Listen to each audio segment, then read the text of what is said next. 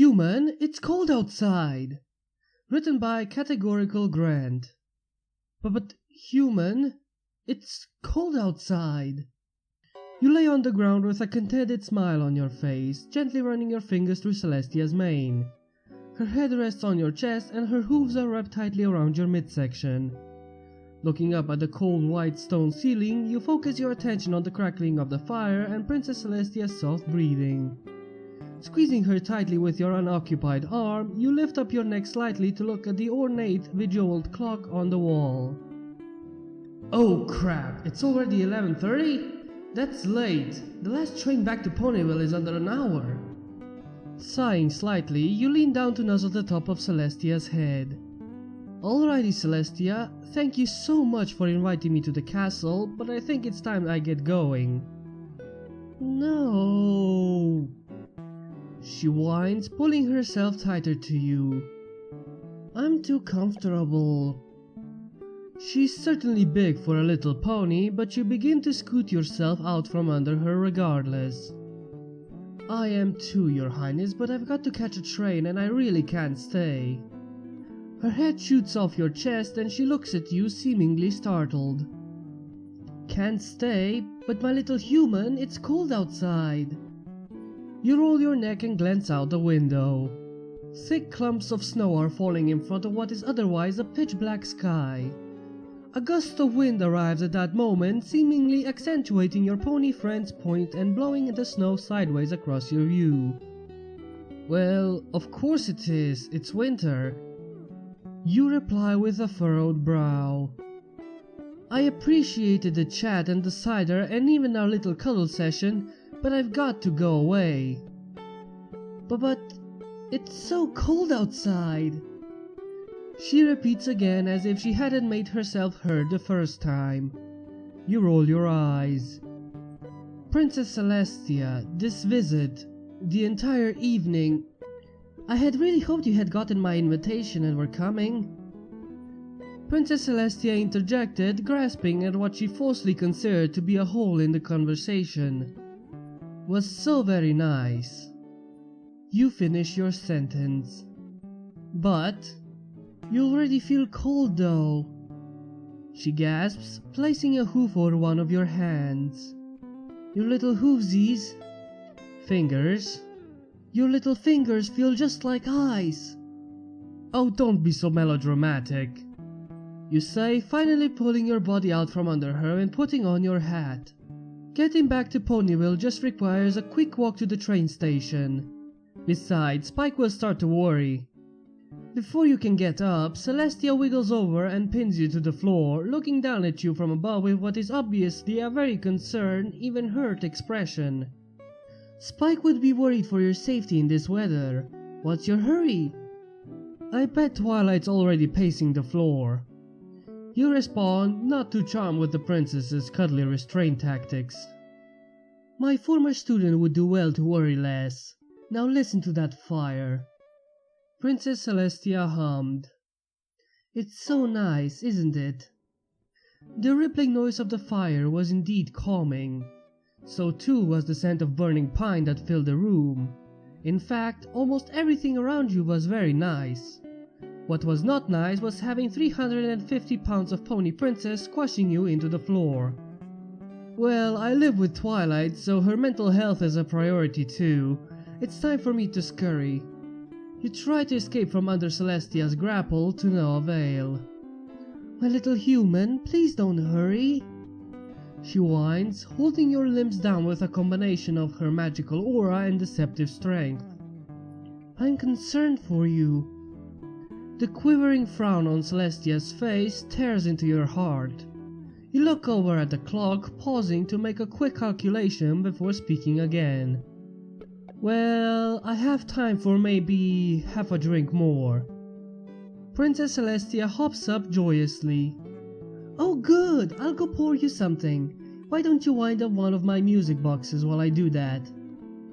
You walk over to a tiny gilded music box sitting on a side table as Celestia scurries off to fix you your beverage. Gently, you wind up a little knob on the side and some classical music begins to chime from the box. You squint at the little purple pony figure twirling about on top. Huh, looks kinda like Twilight.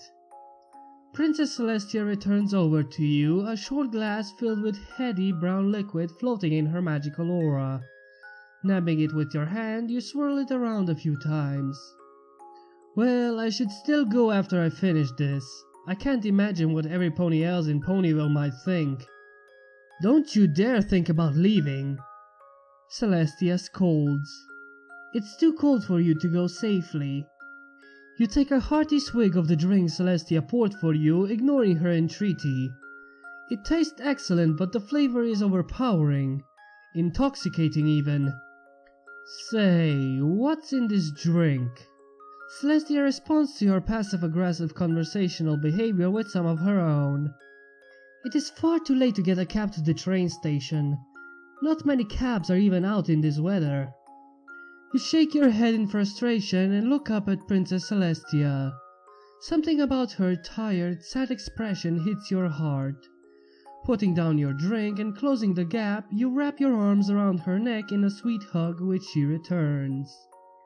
I wish I knew how to be in two places at once. You muse to her in a pitiful version of an apology. Celestia looks deeply into your eyes and smiles. Your eyes are so sparkly and tiny. Her own magenta irises draw you in and you feel yourself drawn back to Celestia in a standing up cuddle. If you do know a spell like that, I'm interested. You mumble tiredly into her coat. Just as long as you can break it later. Let me take your hat. Celestia says, pulling it off with her magic and tossing it across the room, where it lands in the fire and promptly ignites.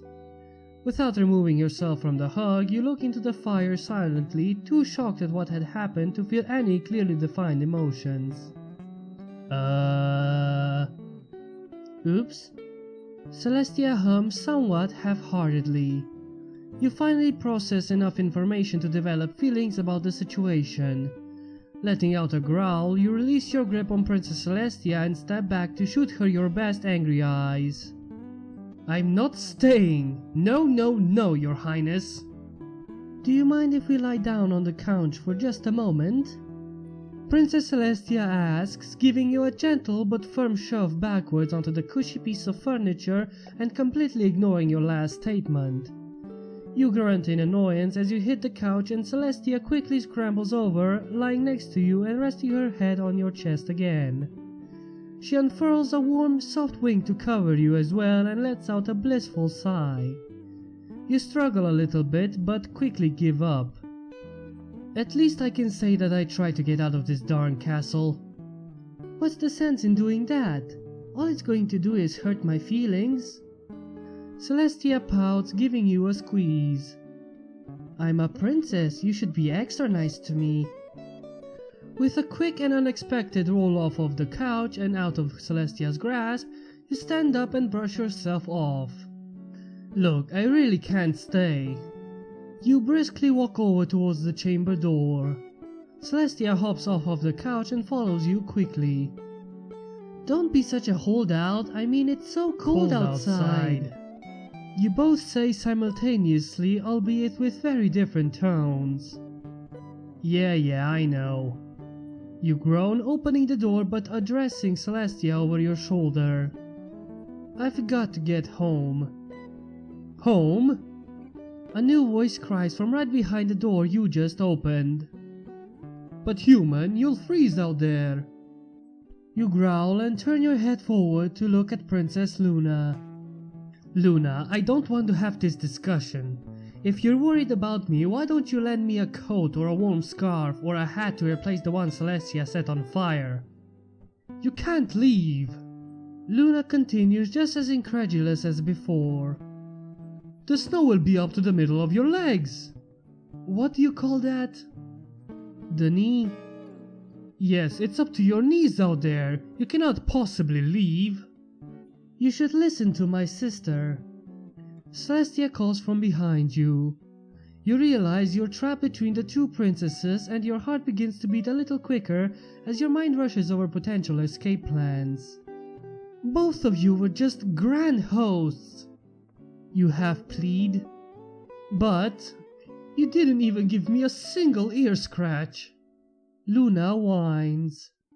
I've been so busy working, I haven't gotten to spend any time with you or your visit or feel the thrill of scratchy scratchies. You finally let out a more aggressive growl of exasperation. Why don't you two just see? How can you do this thing to me? Luna wails, falling prone in front of you. Not a single ear scratch.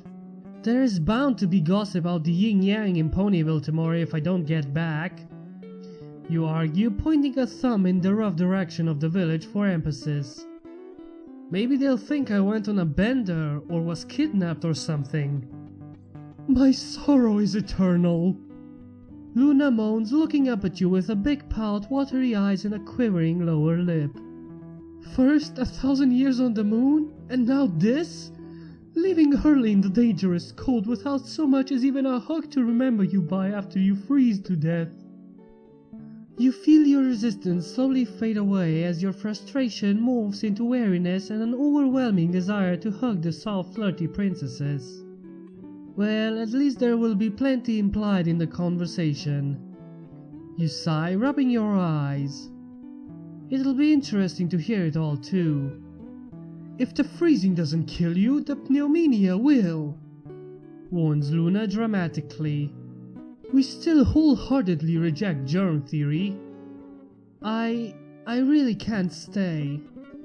You offer feebly, a pitiful entreaty that offers your last hope of escape.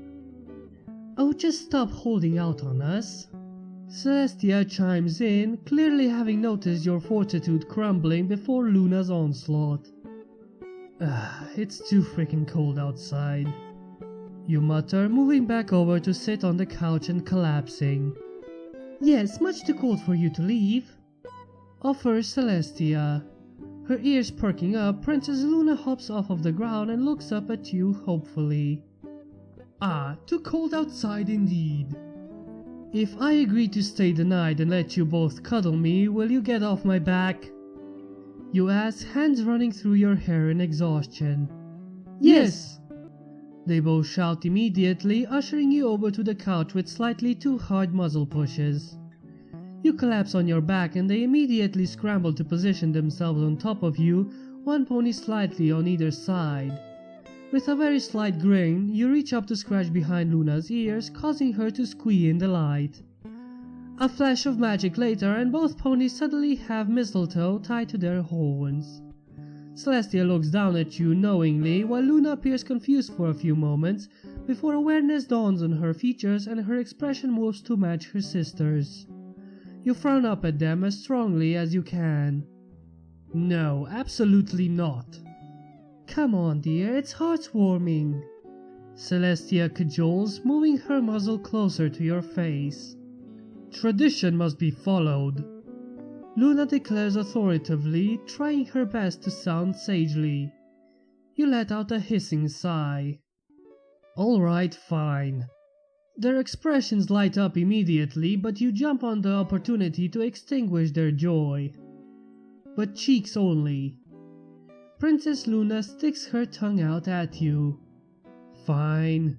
She moves forward and plants a warm kiss on your cheek, with her sister following soon after on the other side. You can feel their lips vibrating gently as they hum in satisfaction. You sit motionless, staring up at the ceiling as the royal sisters wait several long seconds to end their kisses. They don't even pull their muzzles away after they are finished, instead moving to nuzzle your cheek and neck softly as they snuggle in closer to you. It was warmer snuggling with the princesses on the couch than it would have been on the walk back to the train station, and the overwhelming comfort soon has you nearing a peaceful slumber. Celestia clears her throat and your eyes crinkle in annoyance. When she clears her throat again, your eyes shoot open in annoyance. "Can I help you?" you ask with a regrettable amount of sharpness to your tone. "Don't we get kisses too?" Celestia asks, frowning as if she was hurt. Luna's head rips upwards to look at you, her eyes wide in a sudden realization. Yes, indeed, otherwise it is unfair to us. You close your eyes and let out an audible groan. I should have just chosen to freeze to death. You lament, although you can't keep the edges of a smile from creeping across your face. Well, here you have another one-shot, and happy holidays to all of you, and a happy New Year's as well. I really hope that you all enjoy yourselves and that you spend your time with your family. Now, if you're all done with all the mushy stuff, I suggest you get into the next room and, go get yourself brainwashed, because I'm too lazy to actually drag you there today, so, yeah, see you there.